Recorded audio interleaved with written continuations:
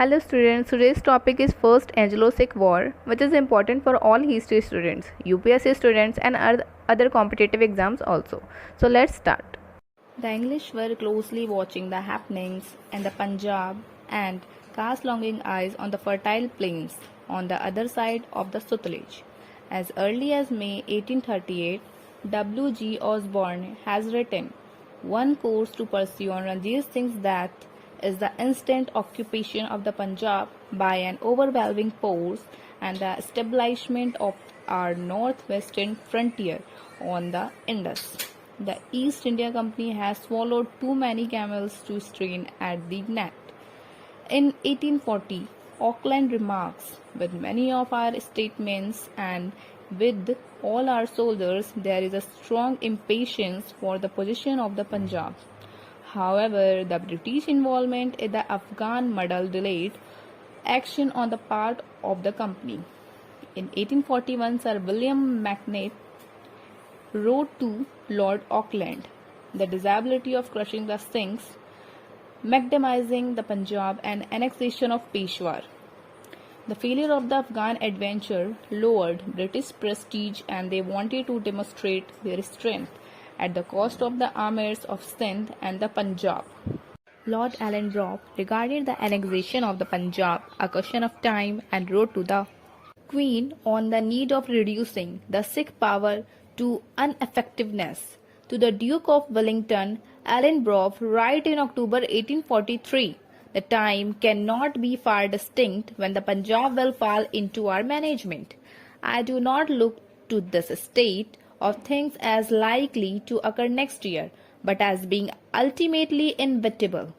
In another letter to the Duke, written in February 1844, Lord Ellenborough penned, "I earnestly hope that we may not be obliged to cross the Sutlej in December next. We shall not be ready so soon. I am quietly doing what I can to strengthen and equip the army." Lord Hardinge, a soldier of great repute, succeeded Lord Ellenborough in 1844. The new Governor-General took vigorous measures to strengthen the company's military position. The strength of the company's army in the Punjab was increased to 32,000 with 68 guns and additional reserve force of 10,000 men at Meerut. Besides, 57 boats were brought from Bombay for making pontoon bridges over the Sutlej. The commander actually gave training to his soldiers in bridge throwing. The 6 soldiers on the other side of the Sutlej saw all this and drew their own conclusions. The company troops and Sindh were well equipped and kept in readiness for any possible march on Multan. The company's contention that the preparations were of defensive nature and calculated to meet possible eventualities of an attack from the Sikh was clearly hypocritical, considering the chaotic state of affairs in the Punjab. The appointment in 1843 of Major Broadfoot as company's agent at Ludhiana for dealing with the affairs of the Sikhs worsened Anglo-Sikh relations. An energetic and hot-headed man, Major Broadfoot made the politic declaration that all Sutlej positions of Lahore Darbar were under British protection equally with Patiala and other chiefships and liable of each cheat on the death or deposition of Maharaja Dalip Singh. The high-headed manner in which he interfered in the affair of the priests like Sodhis of Anandpur caused great concern at Lahore. Besides, the border incidents near Firozpur and Multan did not leave the issues in doubt and participated matters. P. E. Roberts and Percival Spear lay undue stress on the explosive situation at Lahore and tried to shift the responsibilities for the war on the shoulders of the ruling colleague and the unmanageable Khalsa army. Spears writes, "If the army could not be controlled, it must be disbanded or its energy diverted in war. No one dared to attempt the former, and so the latter was the only resource." Roberts writes in a letter more effective language that Rani Jandan dreaded that absolute and capricious power of the Khalsa army and found her only hope of security in urging it on the challenge British supremacy. Either it would spend its superabundant energy in a career of conquest and the sovereignty of Hindustan would pass to the Sikhs, or it would be shattered in the conflict and she could then make her own peace with the offended British nation. This, the main feature of the Sikh war, must constantly be borne in mind. At the time of Anglo-Sikh conflict, selfish and traitorous persons controlled the government at Lahore, and the Khalsa army was without a general or at any rate without one supreme controlling mind.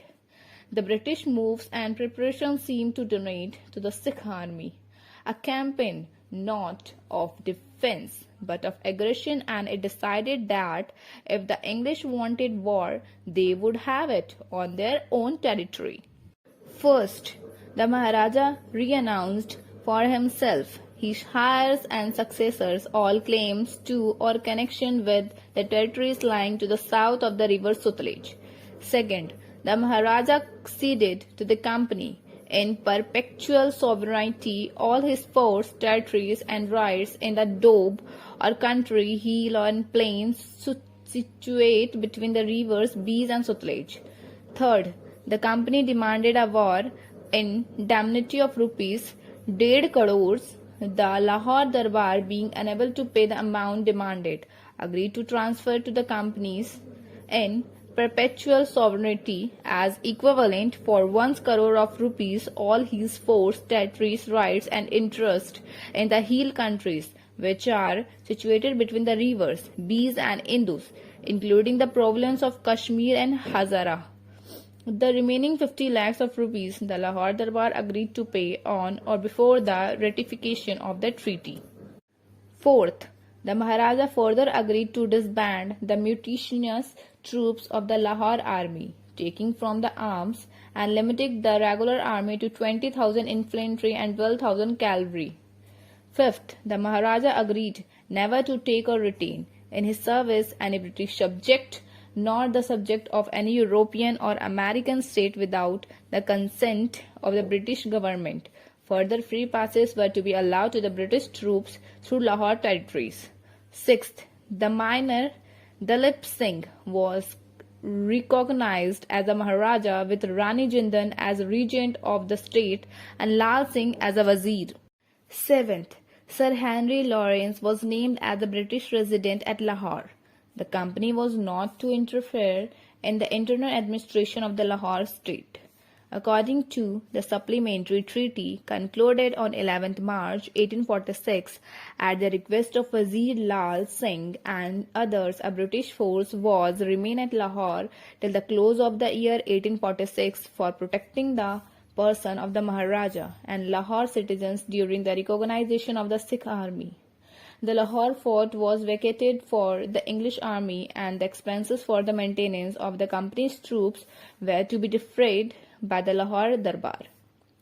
The Punjab was not annexed in February 1846. The arguments that the Punjab was not annexed in defense to the memory of Ranjit Singh, a friend of the company, may be dismissed as childish.